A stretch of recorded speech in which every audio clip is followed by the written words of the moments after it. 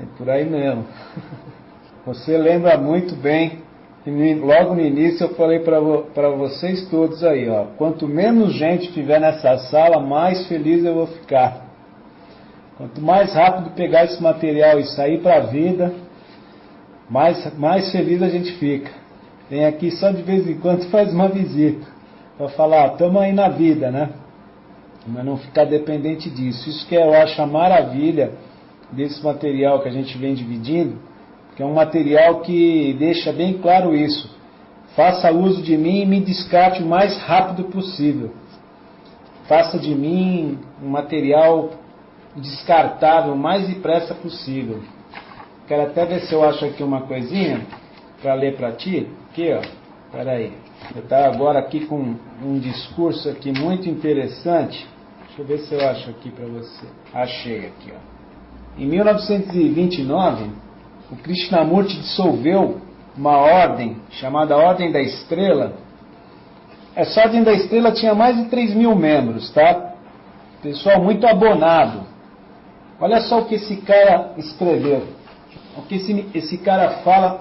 Sustento que a verdade é uma terra sem caminhos, e vós não podeis aproximar-vos dela por nenhum caminho, por nenhuma religião, por nenhuma seita. Esse é meu ponto de vista, e eu o sigo de modo absoluto e incondicional. Não tendo limites, não sendo condicionada e não sendo acessível por nenhuma espécie de caminho, a verdade não pode ser organizada. Nem se deve formar nenhuma organização para levar ou forçar as pessoas a enveredar por determinado caminho. Se compreenderdes isso em primeiro lugar, vereis que é impossível organizar a crença. A crença é uma questão puramente individual, e não podeis nem deveis organizá-la. Se o fizerdes, ela morrerá, cristalizar-se-á e tornar-se um credo numa seita, uma religião, para ser imposta aos outros. Portanto, esta é a minha razão, do meu ponto de vista, pela qual a Ordem da Estrela deve ser dissolvida. Apesar disso, formareis provavelmente outras ordens, continuareis a pertencer a outras organizações à procura da verdade. Não quero pertencer a nenhuma organização espiritual. Compreendei-me isso, por favor. Todos dependeis para a vossa espiritualidade de outra pessoa, para a vossa felicidade de outra pessoa, para a vossa iluminação de outra pessoa. Quando digo buscai dentro de vós a iluminação, a glória, a purificação e a incorruptibilidade do ego, nenhum de vós se dispõe a fazê-lo. Talvez haja uns poucos, mas são muito poucos. Assim sendo, por que ter uma organização? Nenhum homem de fora pode vos libertar.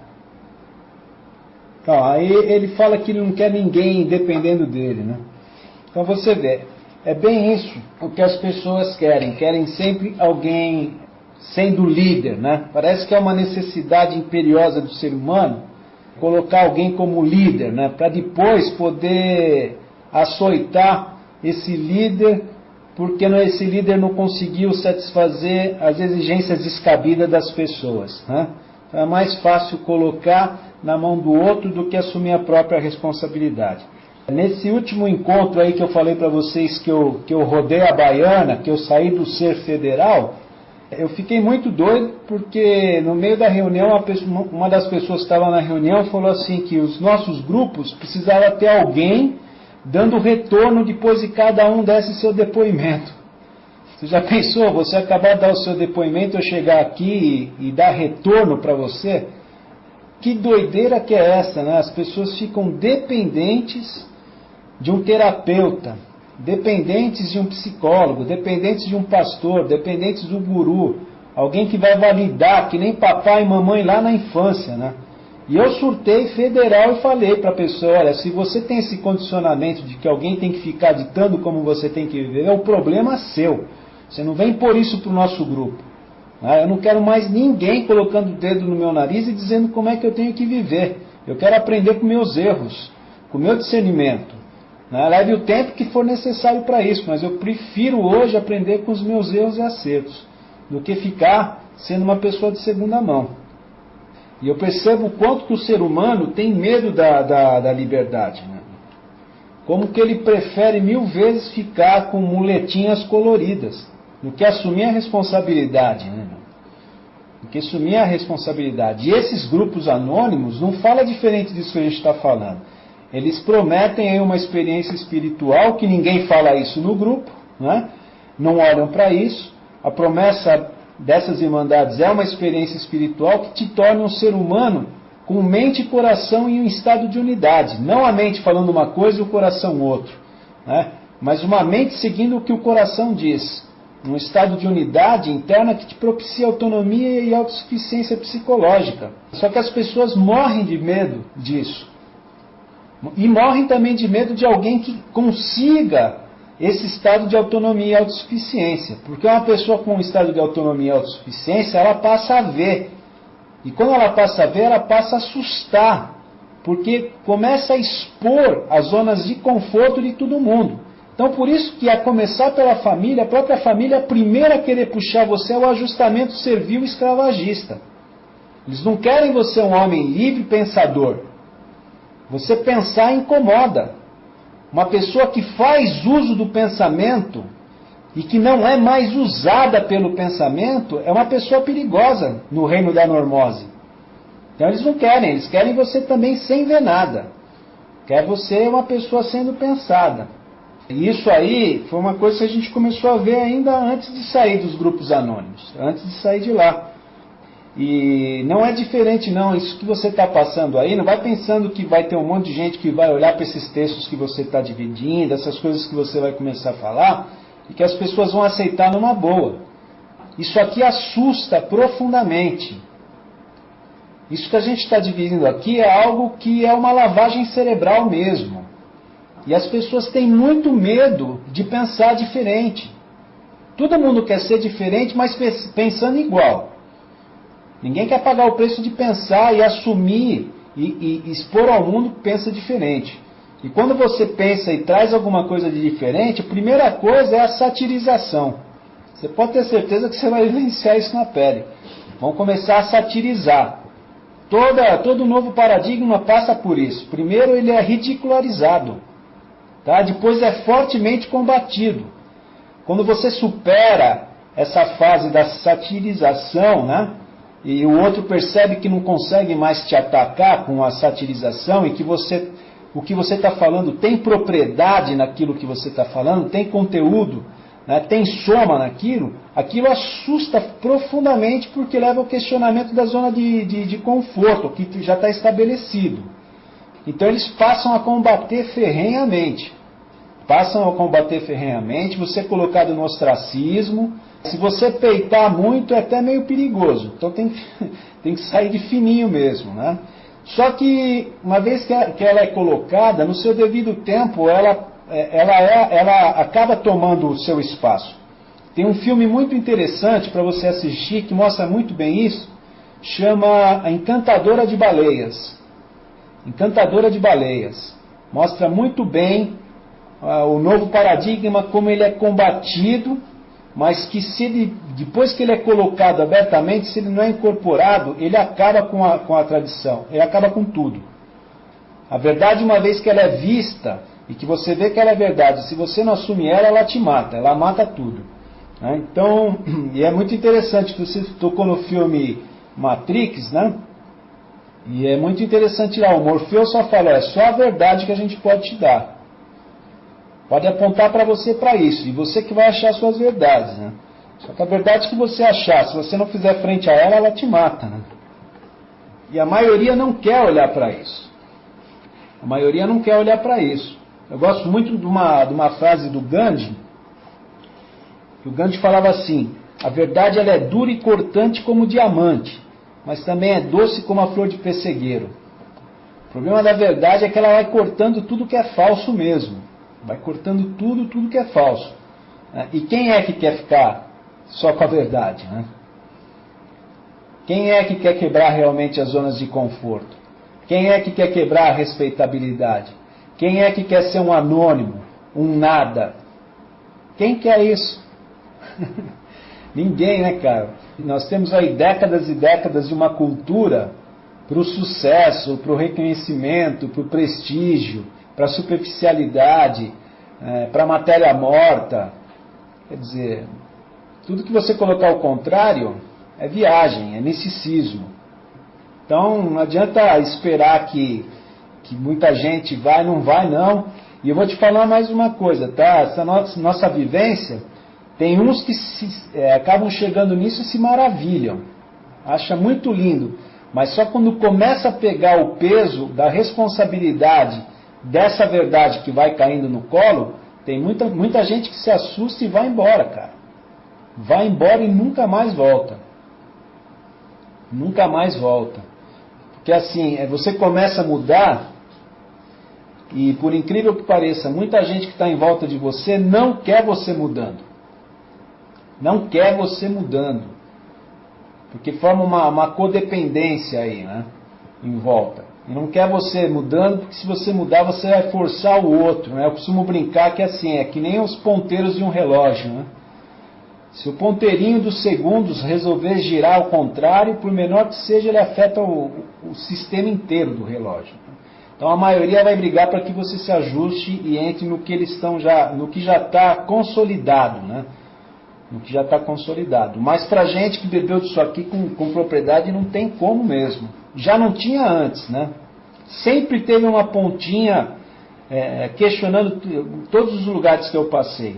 Todos os lugares, não sei o que é, parece que você tinha alguma coisinha a mais que conseguia enxergar, né?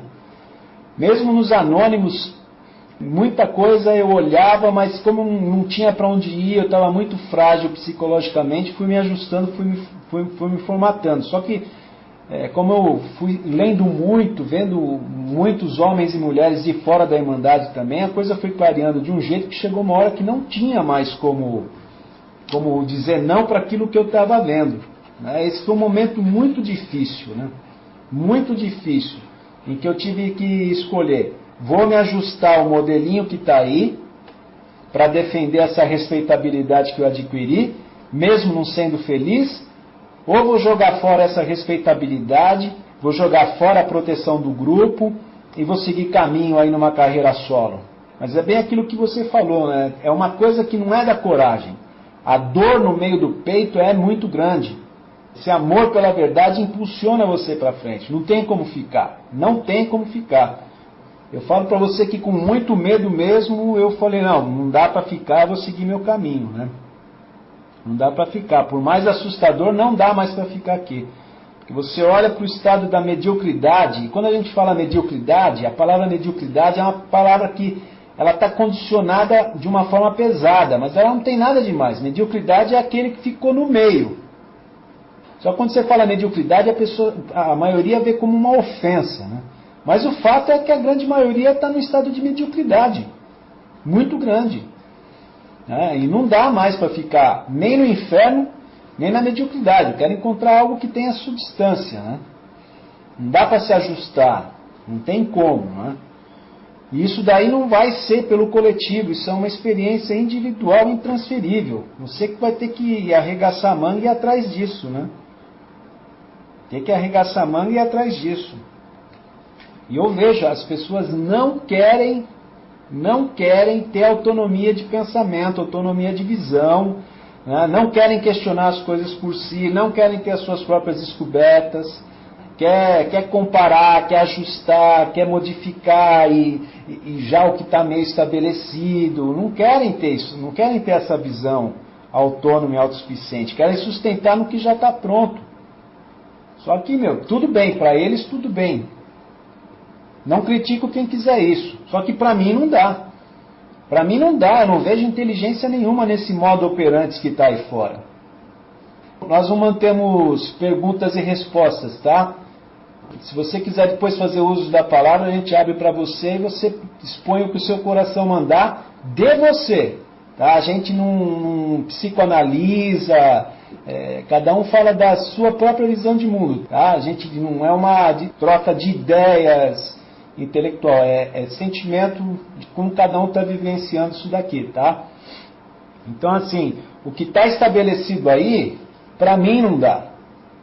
Para mim não dá, não tem como, eu não consigo me ajustar a esse modo operante que está aí.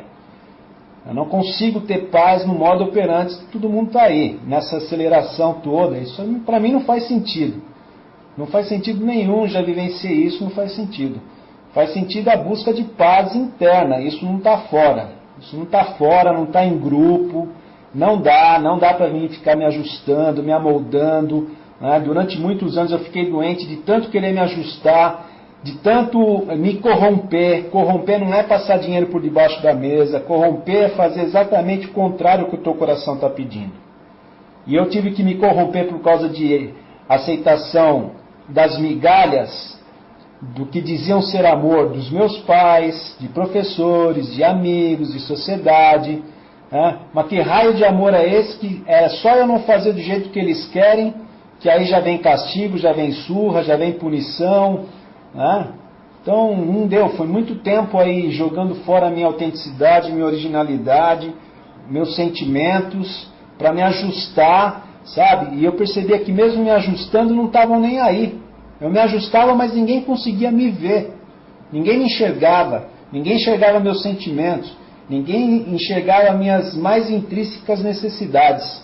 As minhas necessidades mais intrínsecas tinham que ser ajustadas àquilo que eles achavam que era necessário. Então não dá mais para fazer isso. Não dá. Dá para você fazer isso até seus 20, 30, 20 anos, dá. Mas depois não dá. Você vai precisar de uma droga muito forte para anestesiar a dor. E cada um sabe as drogas que fez uso para chegar até aqui. Agora, quando você está com 40, 45 anos, não tem mais como nem se ajustar, nem mais como usar essas drogas. Você quer saber se existe liberdade, felicidade, amorosidade, compaixão, se isso existe. Porque foram anos e anos e anos também só vivendo com uma imagem do que seja isso, com conceitos do que seja isso. Do conceito e de imagem do que é liberdade, do que é amorosidade, do que é compaixão, do que é verdadeira liberdade do espírito humano. Não dá. Não dá. E o que veio cair para mim, junto com esses textos de Krishnamurti, é o texto que a gente leu hoje aí. Não tem como experimentar isso se não tiver coragem de ser livre psicologicamente. Você pode ser livre financeiramente, mas psicologicamente você está escravo ao medo de perder essa segurança financeira. Então, está furado ir por aí, por esse caminho. Está furado. Então, para mim não dá. Para mim o que eu preciso é essa liberdade psicológica, né? Essa liberdade do medo, essa liberdade desse medo que vive atrás de busca de segurança em valores finitos. Então é isso daí, né? É muito bom ir vendo que outras pessoas estão pegando isso daí, estão vendo isso daí. E é uma maravilha descobrir isso. Você deve estar sentindo isso na pele aí. E a gente quer mesmo pôr no colo do outro, mas o outro tem medo. Então não tem jeito como você colocar isso no colo do outro. É o outro que vai ter que se chegar a isso quando ele estiver pronto para isso. Quando estiver cansado de tentar se ajustar ao que não é ajustável. É muito louco. As coisas são tão rápidas hoje que você mal acabou de ler o manual, já está obsoleto. Né? Então, e querem que você acompanhe tudo. Né? Isso aqui é só para quem está cansado mesmo. Né? Para quem está cansado mesmo. Isso aqui, se você for conversar com qualquer um aí, vai falar que a gente é louco mesmo. Eu estou falando isso porque a gente já viveu. Estamos nessa caminhada aí há 8 anos. Né? Não dá. As pessoas, você começa a falar isso aqui, gera confusão muito grande na cabeça das pessoas. Precisa ter já cansado mesmo de rodar, de passar para cá, para lá, né, de correr atrás de conceitos. A maioria vai preferir ficar falando de liberdade dentro das suas células bem coloridas, bem enfeitadas, bem pintadas, bem decoradas. Mas liberdade mesmo são poucos que têm a coragem de pagar o preço e ir atrás dela. Então, liberdade psicológica. Ser uma luz para si mesmo. Não depender de ninguém ali dizendo para você como é que você tem que viver, como é que você tem que ser, né? É um vício, nós somos programados durante muitas décadas a isso. Não é fácil quebrar esse vício. Começa desde o berço. Desde o berço. Se nasceu homem tem que usar roupinha azul, se nasceu mulher a roupinha é cor-de-rosa, e por aí vai, né? Você mal nasceu, já tem uma caixa de condicionamento te esperando lá de fora. Qual vai ser o Deus que você vai ter que acreditar, qual é o tipo de alimentação que você vai ter que... Qual é o colégio que você vai ter que estudar, qual a profissão que você vai ter que seguir para acompanhar a família. Quer dizer, cara, não é fácil, não é fácil. Bom, eu agradeço vocês aí por terem me ouvido e vou passar aqui para a Deca, ela quer falar um pouquinho também, tá? Deca. Bem, porque é só pincelar um pouquinho sobre nesse mesmo tema aí, a importância de ser uma luz para si mesmo. Eu fiz muitos anos, fiz parte dos Neuróticos Anônimos muitos anos também. E não foi nada fácil de eu abandonar os grupos, porque eu era um membro muito ativo.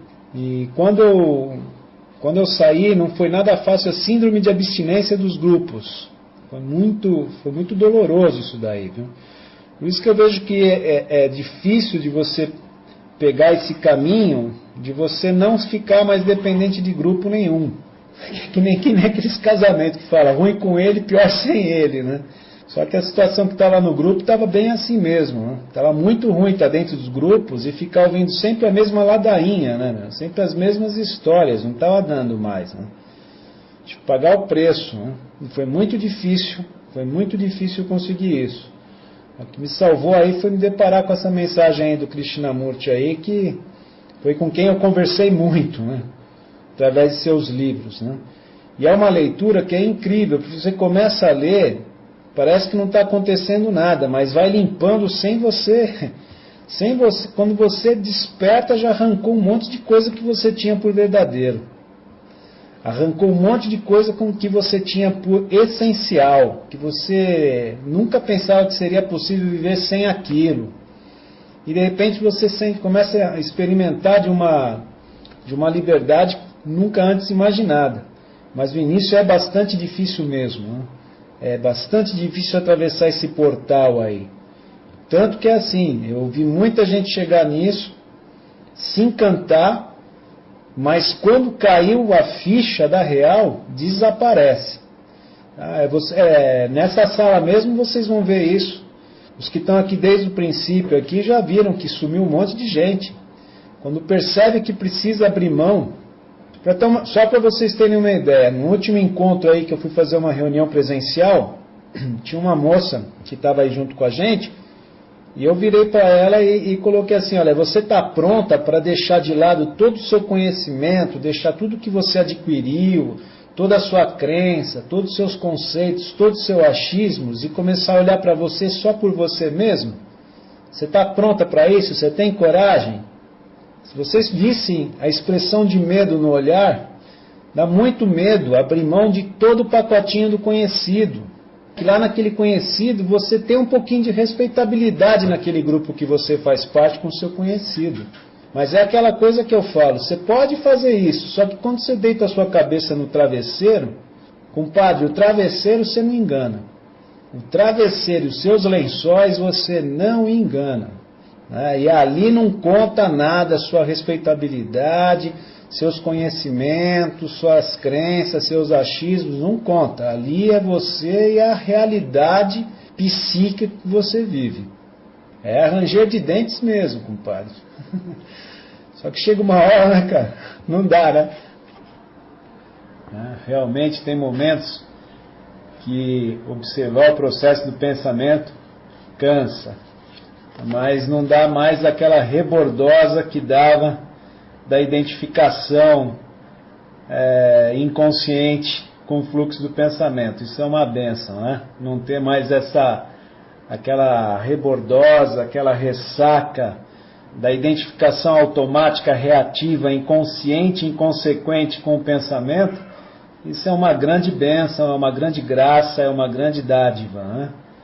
Eu tenho visto que são muitos os que chegam nisso e não aguentam esse cansaço aí, né, de ficar observando a mente aí sem fazer qualquer tipo de anestésico aí ou de suporte externo. Mas é isso aí. Nós estamos chegando ao final da nossa reunião, né? Hoje nem era dia de reunião, mas a gente se encontrou aqui um pouco mais cedo aí. Tá, vamos estudar junto esse tema. Então rolou aí o Manuel que sugeriu esse tema de hoje. Se algum de vocês aí quiserem estudar algum dos textos que está lá no nosso blog, as nossas reuniões são de terça, quinta e sábado. É só sugerir um tema aí que nem o Manuel trouxe. Vamos estudar esse tema hoje. E a gente estuda junto aí. Então é isso daí, gente. Bom descanso a todos. E amanhã às 9h30, 9h15 para as 10 nós estamos por aqui, tá bom? Um abraço.